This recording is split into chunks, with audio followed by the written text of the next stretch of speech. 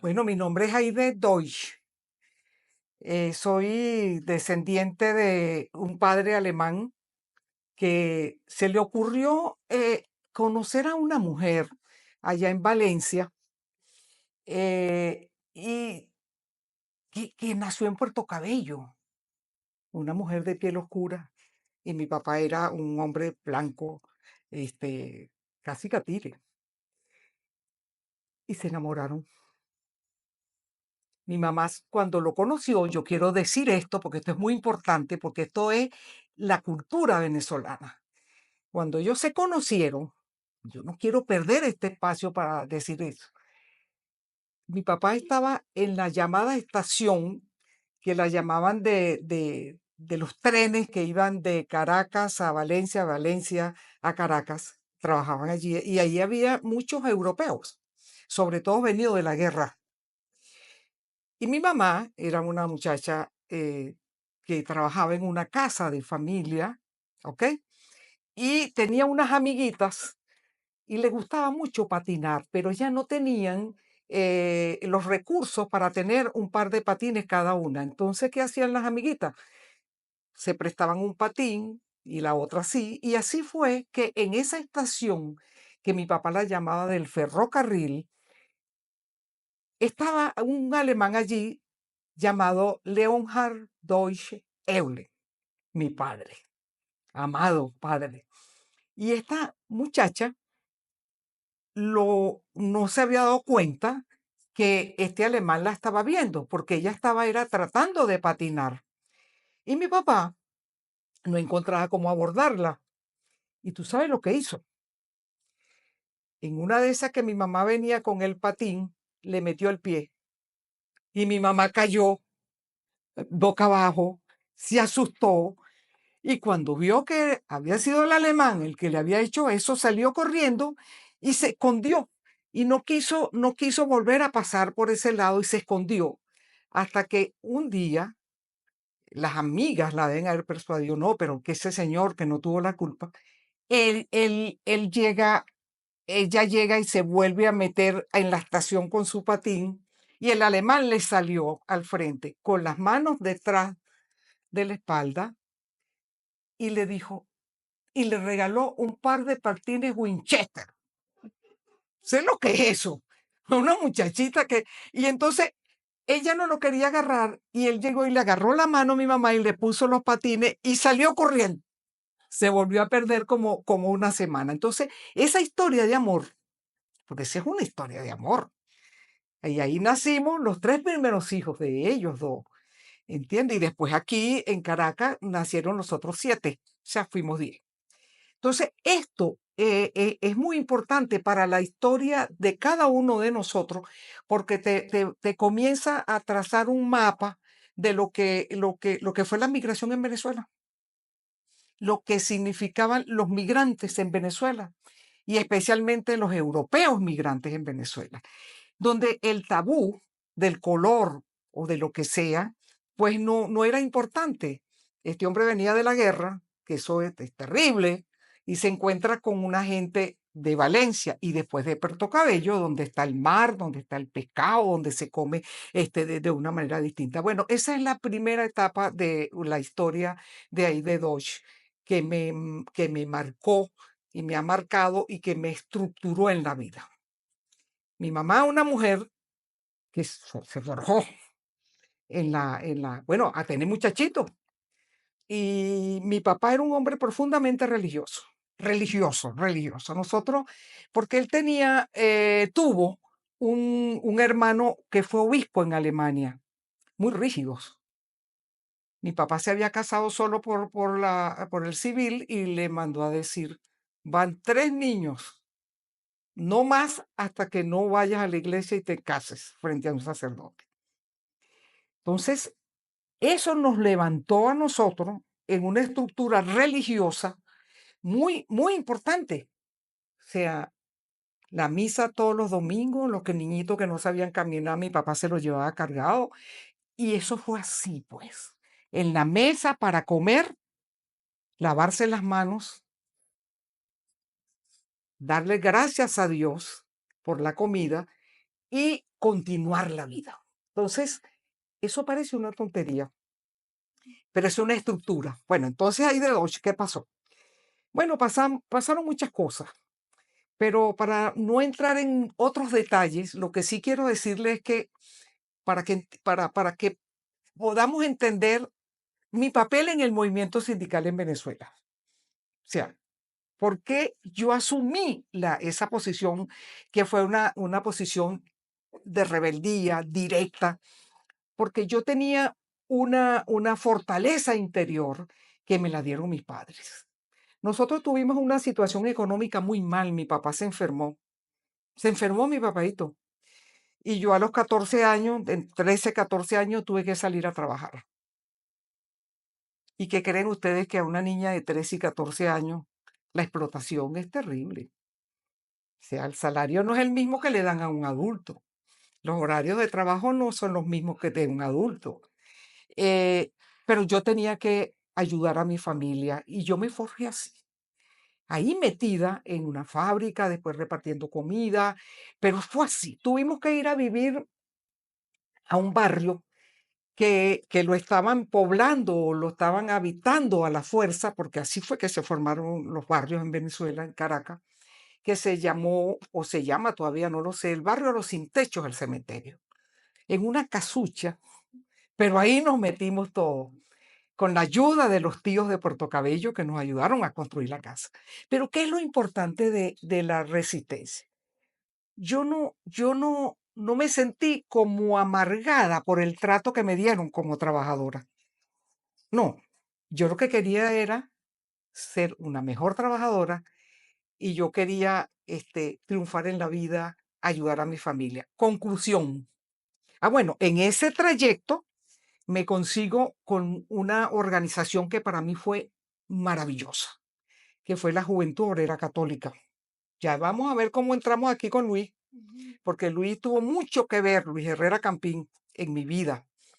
Es alguien a que yo he adorado mucho, he querido y admirado a Luis Herrera Campín. Pero lo interesante de esto es cómo Luis Herrera, en el conocimiento o en los contactos que tuvo con la juventud, pues yo era una niña, y luego con la formación en el movimiento sindical, él fue capaz de interpretar. O sea, que es una niña obrera. Ajá. ¿Y qué significa estar al lado de los trabajadores? Luis Herrera fue un intérprete de esto. Entonces, lo que me interesa ahora destacar es que, bueno, yo ahí, la Juventud Obrera Católica me ayudó muchísimo, mucho.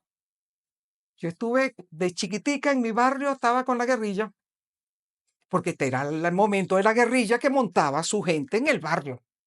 Y yo estaba ahí. Y los guerrilleros eran unos niñitos que habían jugado conmigo desde que estábamos chiquiticos. Entonces, ¿qué te puedes tú imaginar? El rey del barrio era un adeco, que ese barrio era de él y lo que él dijera, bueno, perfecto. Lo que les quiero decir es que tumbaron los ranchos que habían y los construyeron de bloques. Y a mi mamá la castigaron porque ella se le enfrentó al adeco y le dijo, no, no, no, yo le prohíbo a usted que inscriba a mis hijos en Acción Democrática en ningún partido, porque aquí nosotros somos dueños de nuestro destino. Mi mamá Carmen Aída Martínez de Toche. Voy concluyendo con esta parte, que es la que luego tenemos como el puente con Luis Herrera. Yo lo tengo, y mi mamá, después le voy a decir 2 episodios importantes de mi mamá con Luis Herrera. Ok, fíjense que lo importante de todo este proceso histórico de Venezuela, que tiene un manto y una hilación que viene de los sectores más empobrecidos, a mí no me gusta decir marginales, pero bueno, sí, marginales también. Pero la formación que yo recibí de mis padres, mi mamá, por ejemplo, decía, yo no voy para la iglesia, tengo muchos hijos, que vaya a Doche, ella le decía Doche, pues no sabía pronunciar Deutsch, que él vaya para la misa con ustedes, yo tengo que hacer las arepas y tengo que hacer todo aquí, llévenselo, porque yo, tal. Entonces, bueno, ellos se repartieron eso es importante. Y nosotros no tuvimos problema, porque mi mamá no viene para la misa con nosotros. Bueno, pero es que ella no podía ir. Pero para ir concluyendo, sobre todo esta etapa donde la JOC, yo jugué un papel muy importante con la JOC, y que me encontré con los guerrilleros y querían enfrentarse conmigo, y me conseguí un personaje que era una mujer, igual que yo, de joven, pero que era una comandante, que no puedo decir cómo se llamaba la comandante. No puedo. Entonces, esa comandante jugaba un papel muy importante, no solamente en mi barrio Los Sin Techo, sino en el barrio Los Manguitos, en el barrio Primero de Mayo, los que estaban circundantes. Y además en Caracas, porque era una guerrillera. Y resulta que por cosas de la vida y sobre todo de los impulsos interior, ¿cómo una persona puede evitar que a ti te caiga bien otra persona? ¿Cómo lo puedes evitar? No lo evitas. ¿Por qué? Porque eso es interior. Y nos hemos hecho profundamente amigas. Amigas, confidentes. Y llegamos a un acuerdo. Yo le mira, yo estoy aquí con la JOC. Yo no voy a entrar a confrontarme con ustedes porque ustedes tienen pistola, ustedes tienen armas. Pero yo voy a hacer mi trabajo de la iglesia aquí. Y llegué a un acuerdo con ella. Ok. Cuando encontremos un callejón y nuestra gente de la guerrilla se vaya a constituir, yo le dije, una de las partes de aquel lado es de ustedes y de este lado es de la JOC. Caminamos por el mismo sendero, pero no se metan en mi trabajo.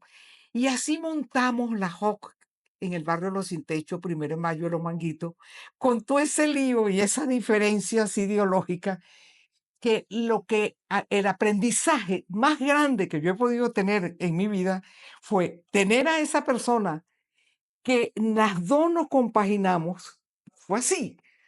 Y bueno, y logramos hacer un trabajo. Una vez estaba yo como ascensorista, porque comencé buscando trabajo por todos lados. Y como ascensorista, ahí en el centro de Caracas, a todas estas yo seguía estudiando, porque mi mamá, el que no le iba a estudiar en la escuela Prudencio 10, era un pecado mortal. Entonces, mi papá se medio recuperó y consiguió unos realitos y me metió a estudiar en el Colegio Hispano-Venezolano para que yo aprendiera mecanografía y caligrafía, esa cosa que a mí nunca se me metió en la cabeza, pero en fin. Bueno, pero lo que te quiero decir es que esa vivencia de estar ahí, es lo que más adelante va a dar la respuesta de por qué esa esa coordinación afectiva interior con Luis Herrera Campino. Un hombre llano, un hombre sabio, un hombre sencillo, pero que era maravilloso entenderse con él. Jamás nos juzgó, a mí nunca me juzgó. Yo creo que él me salvó de una cantidad de cosas, metió la mano por mí, porque si no me hubiese metido presa muchas veces. Pero bueno, vamos a ir avanzando. Voy a dejar algunas cosas así en el aire. ¿Cómo paso yo de estar en el barrio Los Sin Techo a estar, al final no podía estudiar bachillerato, no podía porque tenía que estudiar contabilidad, porque era el momento de que tenías que trabajar en una oficina. Para mí eso fue horrible, para mí, bueno, una vez me rasparon en mecanografía porque no era lo mío, yo no sabía que era lo mío. Y hasta que por fin entré al Liceo Juan Vicente González, que es el Andrés Bello de Díaz. Y ya yo estaba en otro tipo de trabajo. Ya yo estaba trabajando en el INSE, el Instituto Nacional de Estudios de Cooperación Educativa. Pero lo cierto del caso es que yo entraba a mi liceo a las 6 de la tarde y salía a un cuarto para las 11 de la noche. Y de ahí tenía que correr caminando, atravesando el centro Simón Bolívar hasta llegar a la iglesia Santa Teresa, porque el último autobús que me llevaba cerca de mi barrio llegaba salía a las 11:15 y yo podía, porque si no me quedaba en el aire. Pero me gradué de bachiller. Y no solamente me gradué de bachiller, sino que entré a la Universidad Central de Venezuela y me gradué de abogada. Y no solamente eso, sino que hice una maestría en seguridad social integral. Y no solamente eso, sino que concursé para sustituir a un profesor que no iba a poder continuar en la cátedra y gané el concurso. Y entonces entré como docente a dar clase en la maestría de seguridad social. Y después de un salto a la Universidad Católica André Bello y entré a dar una materia que solamente a los jesuitas se le ocurre, decir organización obrera. Y ahí estuve. Y también di en derecho, en contratación colectiva. Pero eso ya me estoy adelantando. Lo que le quiero decir es, ¿qué pasó con mi vida sindical? Que eso es lo que me enamoró a mí.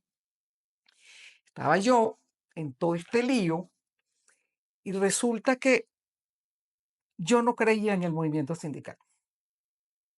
No me gustaba.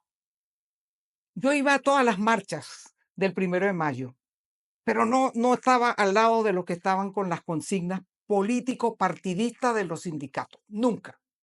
Yo era independiente. Y sobre todo que peleé para decirle que el sindicalismo tenía que ser autónomo.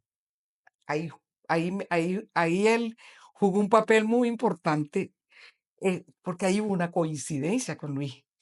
Autónomo, independiente, y que los trabajadores tenían que tomar las riendas de su organización. Y entonces yo me convertí, no era sindicalista, pero le voy a contar una cosa así pequeñita. Tenía un personaje que andaba detrás de mí hace mucho tiempo, y yo creo que fue Luis quien lo mandó. Tengo la impresión, porque comenzó a buscarme, y me invitan a una casa que quedaba en La Pastora, que era de la Confederación de Sindicatos Autónomos de Venezuela, de inspiración social cristiana. Y ese señor casi que me ruega, no, no, pero es que ahí no te van a hacer nada, yo lo que quiero es que tú me escuches, que yo voy a dar un discurso. Bueno, está bien, chico. Y me fui. Ya yo estaba formada, todavía no me había graduado de abogada cuando eso, y estoy ahí en esa casa de la pastora, sentada de último, entonces rebelde. Bueno, y escúcholo, y yo decía, yo no creo en nada de esta gente no sirve, esto no puede construir movimientos sindicales. Aquí no hay autonomía, aquí no hay independencia. Entonces, este señor que fue a conquistarme, dice, aquí entre nosotros está una muchacha que viene del barrio Los Sin Techo, que viene de la Juventud Obrera Católica y que a mí me gustaría que ella tomara la palabra. Y yo, pero ¿qué le pasa a este señor? Y entonces yo me monto y digo, bueno, quiero decirles que yo estoy aquí, yo no voy a dar ningún discurso sindical porque yo no creo en ninguno de ustedes. Ese fue mi primer discurso sindical. Yo no creo en eso que ustedes están hablando. ¿Por qué? ¿Dónde está la autonomía? Y aquí lo que están es todos los metidos en los partidos políticos. ¿Dónde pueden los trabajadores hacer un reclamo si lo va a llamar el partido y los va a llevar nariciados? No, yo no creo en eso. Yo muy agradecida, pues, que me den el derecho de palabra. Ah, entonces comenzaron a aplaudirme, aplaudirme, aplaudirme. Y entonces, y dio otro discurso que yo todavía no recuerdo cómo fue, pero ahí me entregué. De ahí salí directo a un congreso de la Confederación de Sindicatos Autónomos de Venezuela, invitada especial, y quedé electa como secretaria nacional de organización. Tú has visto, tú sabes lo que es eso. Entonces, bueno, de ahí me convertí en un personaje con dos banderas. Mi bandera era la autonomía sindical y contra la corrupción sindical. Fueron mis dos banderas. Y así me metí en todo este lío. Mientras tanto, por esa formación cristiana que yo tenía, la gente de Copey, yo digo que más que la gente de Copey, gente como Luis Herrera Campín, que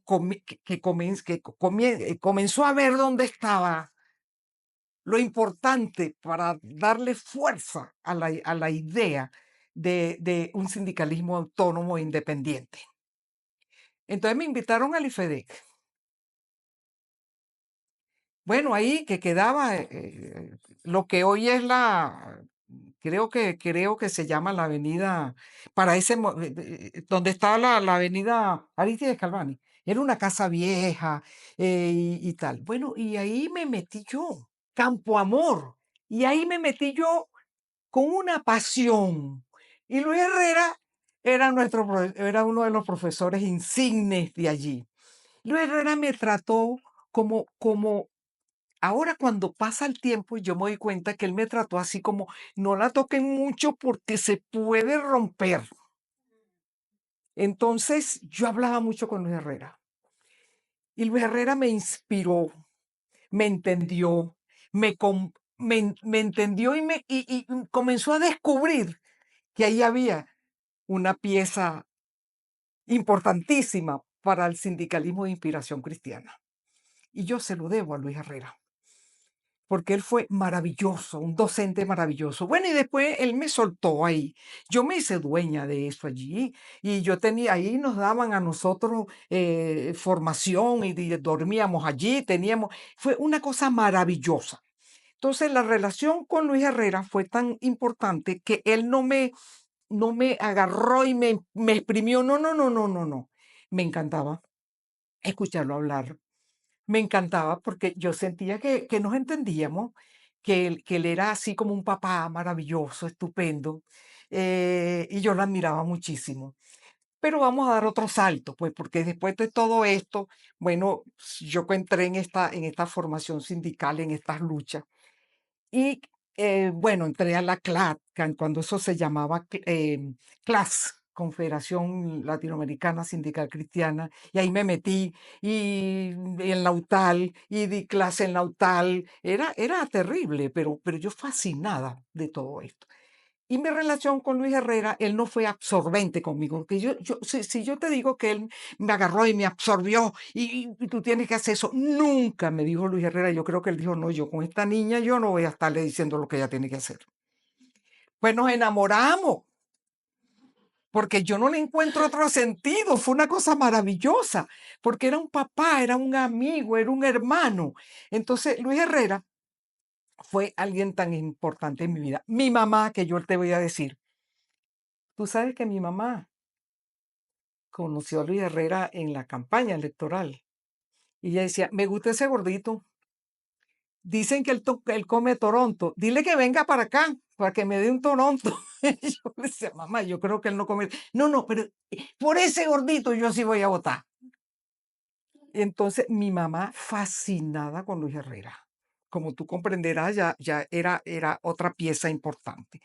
Bueno, pero para no alargar mucho esto, porque lo que interesa es cuando él llega a la presidencia de la República. Ah, bueno, y a todas estas yo subiendo en CODESA, fui secretaria nacional de organización y después en un congreso me eligen secretaria general. Esto es muy importante, el papel de Luis Herrera, que no se me puede olvidar. Secretaria general de CODESA, la primera mujer en Venezuela y en América Latina en conducir una central sindical. En América Latina no había una secretaria general de ninguna organización sindical. Después ahora sí las hay, y presidenta, pero en ese momento, en América Latina, lo eligen presidente de la República. Estoy quitando algunos pedacitos allí. Y yo iba siempre a la OIT en Suiza, que es donde se celebra la reunión anual de la OIT, en el grupo de los trabajadores. Y Luis Herrera, recién electo presidente de la República, siempre invitan a los presidentes recién electos para que abra la conferencia y dé un discurso. Eso fue un lío allí porque nosotros todos estábamos sentados abajo, pero como llegó el presidente, nos quitaron los puestos. Entonces yo dije, no, mejor me voy a poner en la parte de arriba. No importa, yo lo que quiero es ver a Luis Herrera. Y allá me instalé así, así. A ver, a Luis Herrera, sí, ahí está mi presidente. Pues les voy a decir una cosa, lo que dijo Luis Herrera de mí ahí, en ese discurso.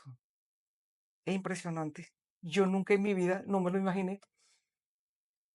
No me nombró, pero ya tú sabes lo que dice. Bueno, y aquí ese discurso impecable con el movimiento sindical, porque él siempre estuvo al lado del sindicalismo. Siempre, siempre. Y sobre todo era un cazador de liderazgos para de dónde estaban, para apoyarnos. Y Luis Herrera, y yo ahí tranquila, tú sabes, una chama ahí montada, me ponía así, y para ver cómo podía yo ser mi presidente del otro. Entonces dice, entre su discurso, dice, y aquí, en la delegación de los trabajadores de Venezuela, hay una, creo que dijo así, una dirigente sindical de la Confederación de Sindicatos Autónomos, recién electa secretaria general. Además, primera vez que se da ese fenómeno en Venezuela y en América Latina. Yo quiero que tú me veas cómo crees tú que yo me acomodé ahí, pero para ver qué es lo que está diciendo Luis. Está hablando de mí. Él no me podía nombrar porque había muchos celos en la CTV. Entonces se cuidaban mucho. Bueno, él cambió parte de mi vida con ese discurso. ¿Por qué? Porque me comenzaron a ver de una manera distinta. El presidente de la República, hablando de una persona que, bueno, que iba yo a saber que Luis Herrera iba a hacer eso. Luis Herrera, te portaste tremendo como tú eras. Además, sabio, Luis Herrera, yo te quiero mucho. Tú sabes que antes de iniciar este video yo pedí permiso para dar una oración con él y lo encomendé. Bueno, esta historia de Luis Herrera a mí me parece interesantísima. Voy a dar otro detalle de Luis Herrera. Yo estaba después graduada de abogada cuando él era presidente y yo era la asesora nacional de la Federación de Trabajadores, además de mi cargo que tenía sindical, de los gandoleros de Venezuela, que eran terribles. Paraban el país a cada momento. Aquello. Y una vez yo ahí donde está, ahí cerquita de Miraflores, donde estaba el Ministerio de Transporte y Comunicaciones, creo que se llamaba, metimos una batea. ¿Sabes lo que es la batea? Tú tienes el chuto de la gandola, pero la batea es donde tú traes la carga, ¿no? Y yo era una de las oradoras. Y comencé a dar un discurso. Y dije, bueno, yo quiero que sepa, porque tenemos cerca al presidente de la República, porque no puede ser que el ministro que está aquí no nos reciba, no quiere recibir a los trabajadores gandoleros. ¿Por qué? ¿Qué significa eso? ¿Dónde está la democracia? ¿Dónde está la libertad sindical? ¿Dónde está? Imagínate tú que ese era mi tema. Y comienzo yo duro, duro, duro. Bueno, y tal, bueno, y después le tocó a otro hablar. Y se aparecen unos personajes que yo sé que fueron después enviados por Luis Herrera, preguntando por nosotros, porque estamos en la batea, y me llamaban, y yo, no, qué sé yo, y son policías que me quieren bajar de aquí. Bueno, lo cierto es que me dice, es que el presidente le manda a decir que el ministro los va a atender ahora, bájese de la batea, que la va a atender. Ese es Luis Herrera, ese es Luis Herrera Campín. Sencillo, concreto, directo. Y de ahí nos bajamos en la batea y nos fuimos a hablar con el ministro. Y el ministro, bueno, pero usted no fue, pero vamos a llegar a un acuerdo. Luis Herrera, así actuaba Luis Herrera Campín, así directo, directo sin ambaje. Y otras cosas que pasaron con él, que yo no las puedo decir, no puedo decir. En resguardo de la historia y de la política de este país, no puedo decirla, pero le quiero decir que el tiempo que yo estuve en CODESA como secretaria general, fui apoyada por Luis Herrera en muchas cosas que eran muy importantes. Nunca rompió la autonomía y la libertad que me caracterizaban, pero él simplemente era un hombre solidario, cristiano de pura cepa, como buen llanero, y el agradecimiento que yo le tengo Cuando fui secretaria general de CODESA, antes de ser presidenta nacional, porque me eligieron presidenta nacional, ya él no era presidente, Luis Herrera nunca nos soltó la mano, jamás. Ahora una anécdota. Yo llego a Miraflores un día y digo, yo quiero hablar con el presidente, yo quiero darle un mensaje al presidente. No, no puede. Tengo que pedir permiso. ¿Tú sabes lo que mandó a decir Luis Herrera? Me parece escucharlo. Déjenla tranquila, cuando ella venga aquí que entre, que ella tenga que hacer lo que tenga que hacer aquí. Luis Herrera Campín quitó cualquier traba y yo no me la pasaba en Miraflores molestando, pero él dijo, cuando ella venga, ella no viene a molestar. Te adelanté hace un ratote que él era un personaje, yo a mi papá es insustituible, Leonhard Deutsch Eblen, mi alemán insustituible era mi padre, pero Luis Herrera fue mi padre espiritual, mi amigo, mi mentor, la persona que nunca me soltó la mano, nunca. Yo volteaba y aunque yo no volteaba a buscarlo, yo sabía que Luis Herrera me estaba protegiendo y me sigue protegiendo. Fue para mí maravilloso.